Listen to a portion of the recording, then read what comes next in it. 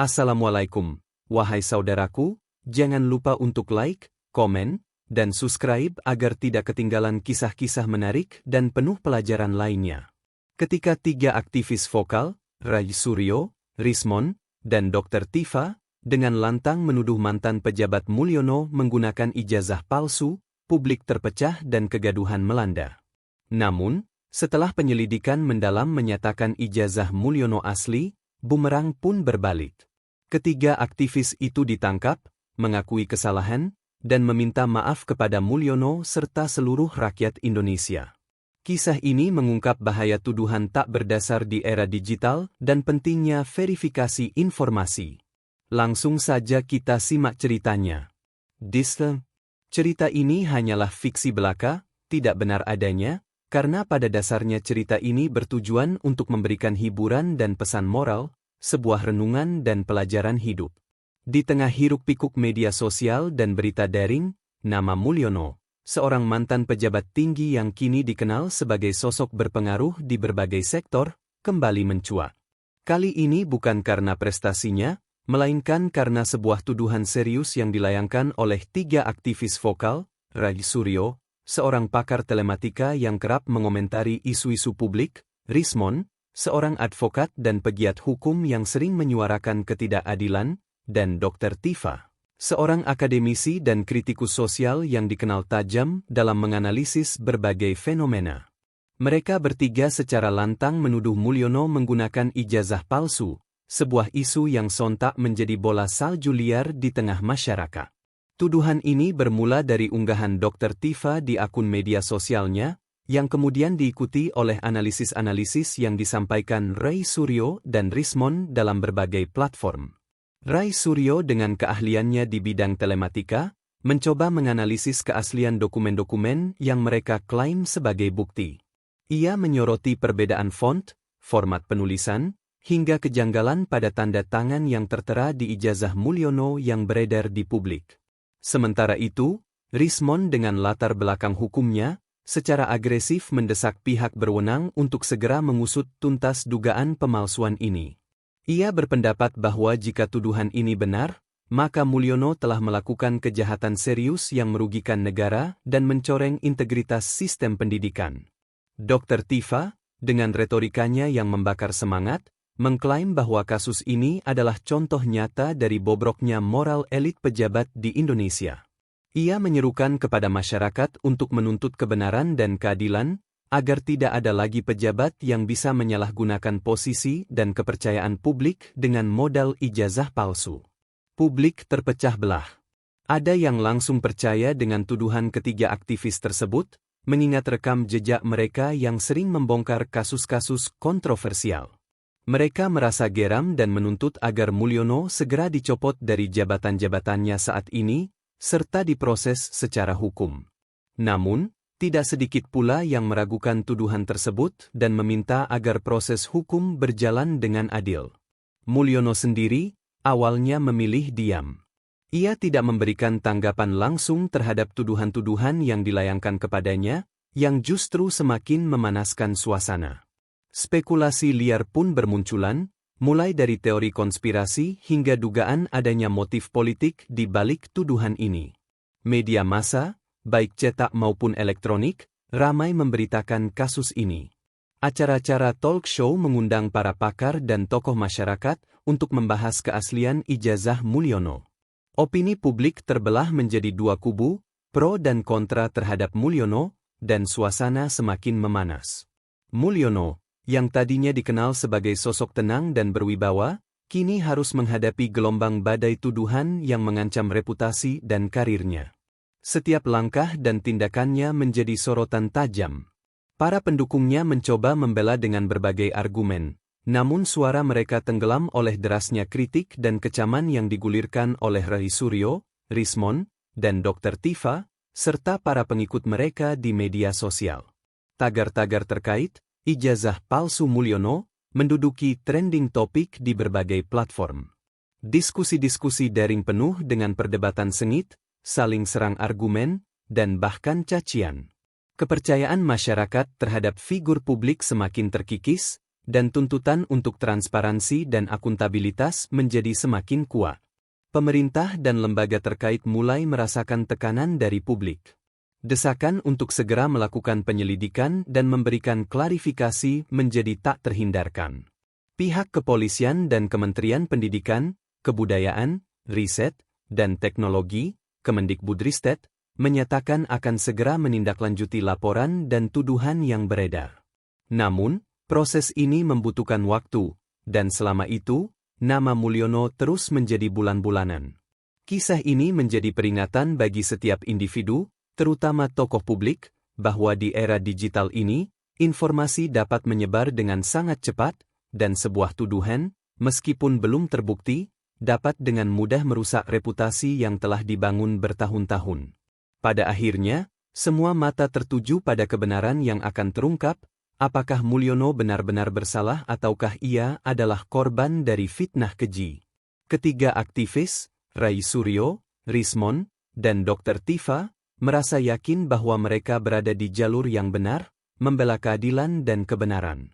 Mereka tidak menyadari bahwa keputusan mereka untuk melayangkan tuduhan ini akan membawa mereka pada sebuah babak baru yang tak terduga dalam hidup mereka, mengubah status mereka dari pahlawan menjadi tersangka dalam sekejap mata. Penyelidikan atas tuduhan ijazah palsu Mulyono bergerak maju. Kepolisian dan Kemendikbudristek membentuk tim khusus untuk menelusuri keaslian dokumen-dokumen yang menjadi pokok permasalahan.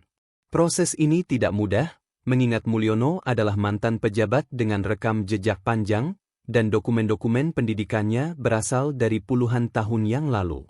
Rai Suryo, Rismon, dan Dr. Tifa terus melancarkan kritik dan desakan agar proses penyelidikan berjalan transparan dan tidak ada upaya untuk melindungi Mulyono. Mereka secara rutin membagikan informasi dan analisis yang mereka miliki, yang mereka klaim sebagai bukti kuat, melalui media sosial dan konferensi pers. Setiap temuan kecil, setiap detail yang dianggap janggal, langsung mereka ekspos ke publik, menjaga agar kasus ini tetap menjadi sorotan utama. Tekanan publik semakin memuncak. Berbagai elemen masyarakat, mulai dari mahasiswa hingga organisasi kemasyarakatan, ikut menyuarakan tuntutan untuk pengusutan tuntas. Aksi-aksi demonstrasi kecil mulai terlihat di beberapa kota, menuntut agar Mulyono segera diproses hukum jika terbukti bersalah. Sebagian besar media massa juga terus mengikuti perkembangan kasus ini dengan seksama, menyajikan berbagai perspektif dan opini. Mereka mengundang para pakar grafologi, ahli hukum, dan praktisi pendidikan untuk menganalisis dan mengomentari keaslian ijazah Mulyono. Dalam diskusi-diskusi tersebut, argumen-argumen yang mendukung tuduhan ketiga aktivis seringkali mendominasi, menciptakan narasi bahwa Mulyono kemungkinan besar memang bersalah. Mulyono, yang awalnya diam, akhirnya memutuskan untuk berbicara. Melalui kuasa hukumnya, ia membantah seluruh tuduhan tersebut dan menyatakan siap bekerja sama dengan pihak berwenang untuk membuktikan keaslian ijazahnya. Ia juga meminta publik untuk tidak terburu-buru menghakimi dan memberikan kesempatan kepada proses hukum untuk berjalan. Kuasa hukum Mulyono mulai mengumpulkan bukti-bukti otentik, termasuk surat keterangan dari universitas tempat Mulyono menempuh pendidikan, arsip-arsip akademik, serta kesaksian dari dosen dan teman-teman seangkatan Mulyono. Mereka juga menyoroti bahwa tuduhan yang dilayangkan oleh Rai Suryo, Rismon, dan Dr. Tifa bersifat tendensius dan berpotensi mencemarkan nama baik kliennya. Rai Suryo, Rismon, dan Dr. Tifa tidak gentar. Mereka justru menganggap pernyataan Mulyono sebagai upaya untuk mengalihkan isu. Mereka semakin intens menyerang balik, mengklaim bahwa Mulyono sedang mencoba memainkan kartu viktim atau kartu korban. Dr. Tifa bahkan sempat mengunggah sebuah meme di media sosial yang menyindir Mulyono, yang kemudian menjadi viral dan memicu perdebatan lebih lanjut. Rismon, sang advokat, mulai menggali lebih dalam tentang kemungkinan adanya pelanggaran hukum lain yang dilakukan Mulyono di masa lalu, mencoba mengaitkan kasus ijazah palsu ini dengan isu-isu lain untuk semakin memperkuat argumen mereka. Sementara itu, Rai Suryo dengan teliti memeriksa setiap detail dari bukti-bukti yang diajukan oleh pihak Mulyono, mencari celah dan kelemahan yang bisa mereka gunakan untuk membantah. Penyelidikan oleh tim gabungan Kemendikbudristek dan kepolisian berjalan cukup alot. Mereka harus menghubungi berbagai pihak, termasuk universitas dan lembaga arsip terkait. Setiap dokumen diperiksa dengan sangat cermat, dicocokkan dengan data-data asli yang tersimpan di lembaga pendidikan. Para ahli forensik digital juga dilibatkan untuk menganalisis dokumen-dokumen digital yang beredar. Proses ini memakan waktu berminggu-minggu, bahkan berbulan-bulan, membuat ketegangan di tengah masyarakat semakin meningkat. Banyak yang tidak sabar menunggu hasil akhir dari penyelidikan ini. Pertaruhan reputasi dan kepercayaan publik sangat besar. Jika Mulyono terbukti bersalah, maka akan menjadi pukulan telak bagi integritas birokrasi dan sistem pendidikan. Namun, jika tuduhan itu tidak terbukti, maka Rai Suryo, Rismon, dan Dr. Tifa akan menghadapi konsekuensi serius atas tindakan mereka. Di balik layar, ada upaya-upaya mediasi dan pendekatan dari berbagai pihak yang prihatin dengan kegaduhan ini. Namun, ketiga aktivis tetap pada pendirian mereka, bersikukuh bahwa mereka adalah pembela kebenaran. Mereka percaya bahwa mereka memiliki bukti yang tak terbantahkan. Keyakinan ini membuat mereka semakin berani dalam mengeluarkan pernyataan-pernyataan kontroversial. Mereka bahkan mulai menuduh adanya intervensi atau konspirasi dari pihak-pihak tertentu yang mencoba melindungi Mulyono. Klaim-klaim ini semakin memperkeruh suasana dan menciptakan polarisasi yang lebih dalam di tengah masyarakat. Semua pihak menanti dengan cemas hasil akhir dari penyelidikan yang akan menentukan nasib Mulyono dan juga nasib Rai Suryo, Rismon, serta Dr. Tifa. Tidak ada yang tahu bahwa kejutan besar akan segera datang, membalikkan semua dugaan dan harapan yang telah terbangun. Setelah melalui proses penyelidikan yang panjang dan melelahkan, akhirnya tiba saatnya pengumuman hasil. Kemendikbudristek, didampingi oleh perwakilan dari kepolisian, menggelar konferensi pers yang disiarkan secara langsung oleh berbagai stasiun televisi. Seluruh mata tertuju pada momen krusial ini. Dengan suara tegas dan data yang rinci, perwakilan Kemendikbudristek membacakan kesimpulan hasil penyelidikan. Mereka menyatakan bahwa setelah menelusuri arsip-arsip universitas, memeriksa catatan akademik, serta melakukan verifikasi dengan berbagai pihak terkait, ijazah Mulyono dinyatakan asli dan sah. Tidak ada indikasi pemalsuan sedikit pun. Semua tuduhan yang dilayangkan oleh Rai Suryo, Rismon, dan Dr. Tifa tidak memiliki dasar bukti yang kuat dan tidak terbukti kebenarannya. Pengumuman ini bagaikan petir di siang bolong bagi banyak pihak, terutama bagi Rai Suryo, Rismon, dan Dr. Tifa, serta para pendukung mereka. Ruangan konferensi pers mendadak riuh dengan pertanyaan-pertanyaan dari wartawan. Pihak Kemendikbudristek menjelaskan secara detail metodologi penyelidikan mereka, menunjukkan bukti-bukti otentik yang membantah setiap poin tuduhan. Mereka juga menegaskan bahwa mereka telah bekerja secara profesional dan independen, tanpa tekanan dari pihak manapun. Mulyono, melalui kuasa hukumnya, segera memberikan tanggapan. Ia menyatakan lega dan berterima kasih kepada tim penyelidik yang telah bekerja keras untuk membuktikan kebenaran. Ia juga menyampaikan rasa prihatin atas kegaduhan dan pencemaran nama baik yang dialaminya selama ini. Di sisi lain, Rai Suryo, Rismon, dan Dr. Tifa berada dalam posisi yang sangat sulit. Reaksi awal mereka adalah terkejut, tidak percaya, bahkan sempat mengeluarkan pernyataan bahwa hasil penyelidikan ini patut dipertanyakan atau ada kejanggalan. Namun, seiring dengan semakin jelasnya bukti-bukti yang dipaparkan oleh pihak berwenang, argumen mereka semakin melemah. Media sosial yang sebelumnya ramai mendukung mereka, kini berbalik arah. Banyak netizen yang mulai mencibir dan menuntut pertanggungjawaban dari ketiga aktivis tersebut. Tagar-tagar yang tadinya mengutuk Mulyono, kini berubah menjadi kritik tajam terhadap Rai Suryo, Rismon, dan Dr. Tifa. Tekanan tidak hanya datang dari publik. Pihak Mulyono, yang merasa dirugikan secara moral dan material, tidak tinggal diam. Kuasa hukum Mulyono segera menyatakan akan mengambil langkah hukum atas tuduhan pencemaran nama baik dan penyebaran berita bohong yang dilakukan oleh ketiga aktivis tersebut. Laporan polisi pun segera dilayangkan. Situasi berbalik 180 derajat.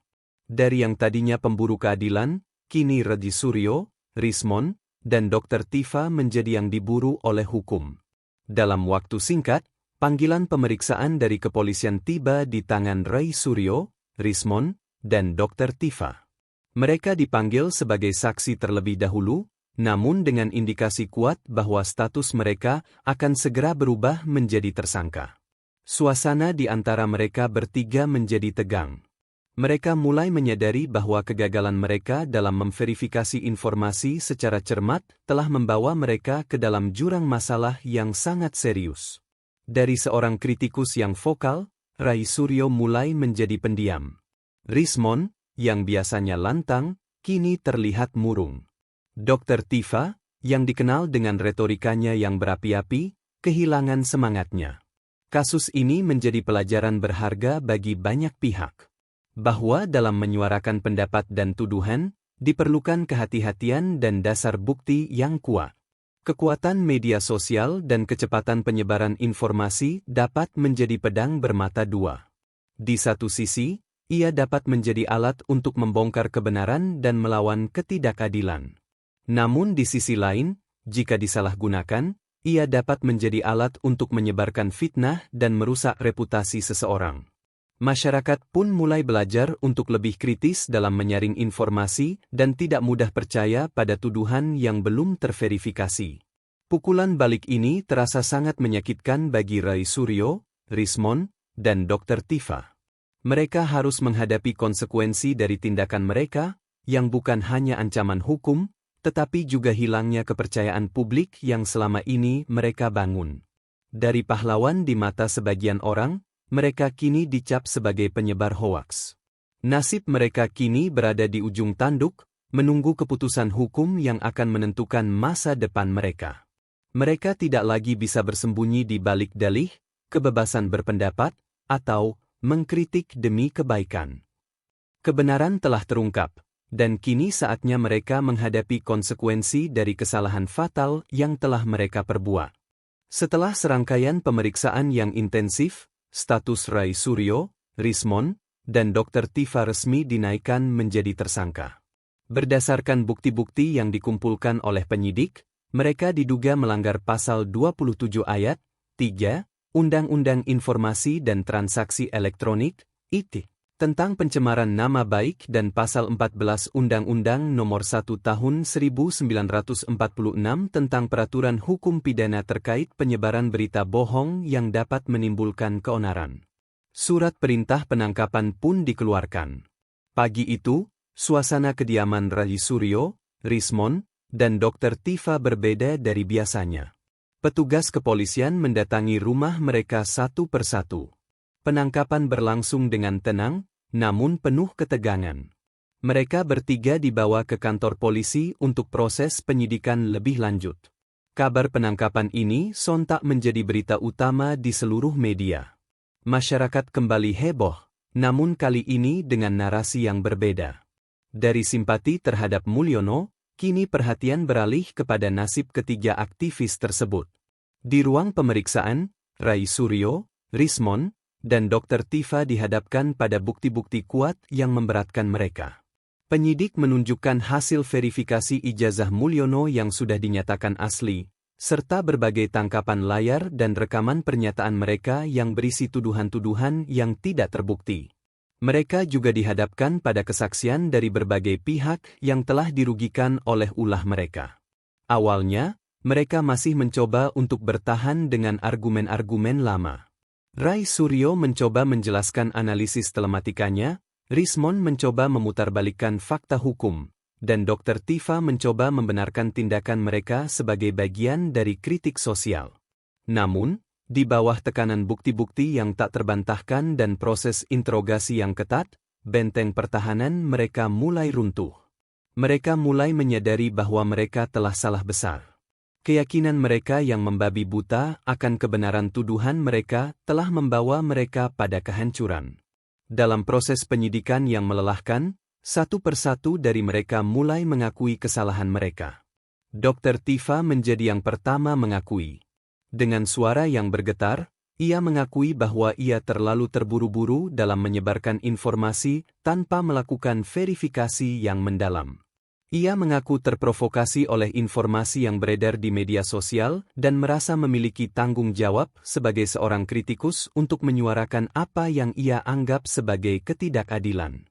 Namun, ia tidak menyangka bahwa tindakannya akan berakhir seperti ini. Kemudian, Rismond menyusul. Ia mengakui bahwa ia telah salah dalam menafsirkan bukti-bukti dan terlalu menggebu-gebu dalam menuntut penegakan hukum tanpa dasar yang kuat.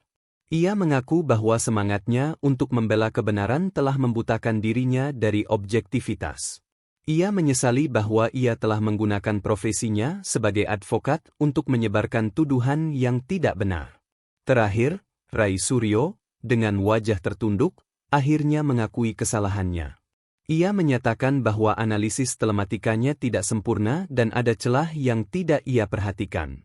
Ia juga mengakui bahwa ia terlalu mudah percaya pada sumber-sumber yang belum terverifikasi dengan baik. Ia menyadari bahwa sebagai seorang pakar, ia seharusnya lebih berhati-hati dalam menyampaikan analisis yang bersifat publik. Pengakuan mereka direkam dan didokumentasikan oleh penyidik. Mereka tidak hanya mengakui bahwa tuduhan mereka terhadap Mulyono adalah salah, tetapi juga menyatakan penyesalan yang mendalam atas kegaduhan yang telah mereka ciptakan di tengah masyarakat. Mereka menyadari bahwa tindakan mereka telah merugikan Mulyono secara personal dan juga telah menimbulkan keresahan di kalangan publik. Pengakuan ini menandai titik balik penting dalam kasus ini. Dari perlawanan yang sengit, kini mereka pasrah dan mengakui kebenaran. Penangkapan dan pengakuan ini memberikan efek jera yang kuat. Ini adalah pelajaran bagi semua pihak yang terlibat dalam dunia aktivisme dan kritik sosial, bahwa kebebasan berpendapat harus dibarengi dengan tanggung jawab dan integritas. Tanpa verifikasi yang cermat dan dasar bukti yang kuat, sebuah tuduhan bisa berbalik menjadi bumerang yang menghancurkan. Rai Suryo, Rismond, dan Dr. Tifa kini harus menghadapi konsekuensi hukum atas tindakan mereka, yang akan membawa mereka pada babak selanjutnya di pengadilan.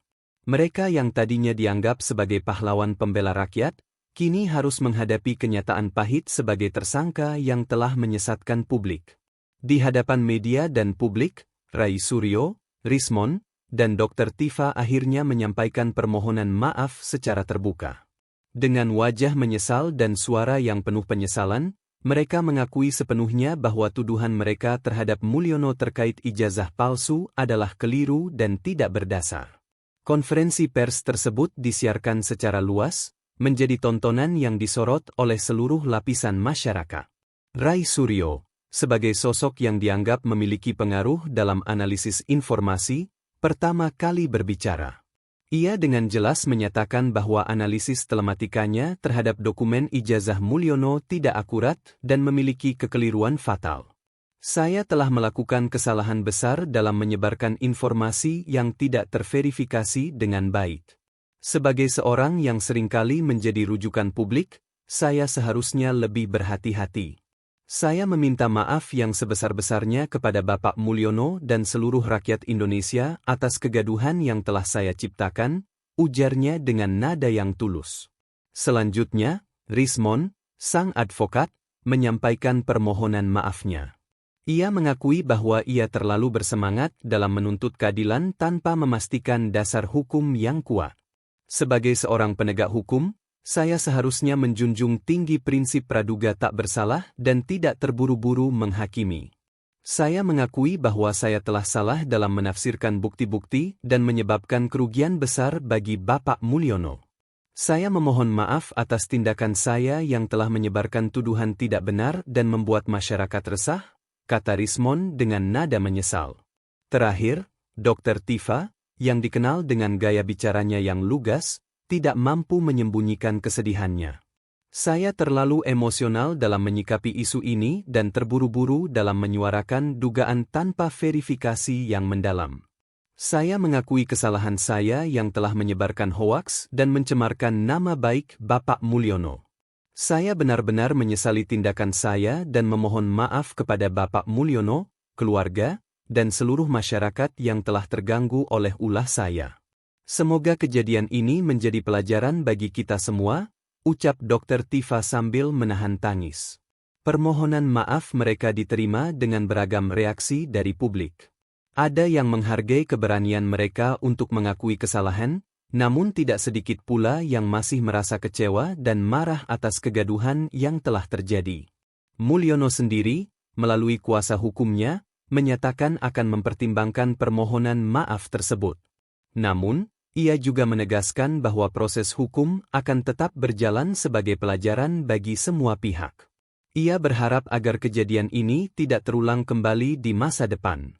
Kasus ini menjadi pelajaran yang sangat berharga bagi seluruh elemen masyarakat, khususnya bagi para aktivis, kritikus, dan pengguna media sosial. Pelajaran tentang pentingnya verifikasi informasi, tanggung jawab dalam menyuarakan pendapat, serta bahaya dari penyebaran berita bohong. Kebebasan berpendapat adalah hak asasi, namun ia harus dibarengi dengan etika dan akuntabilitas. Tanpa itu, kebebasan bisa berubah menjadi alat perusak yang membahayakan.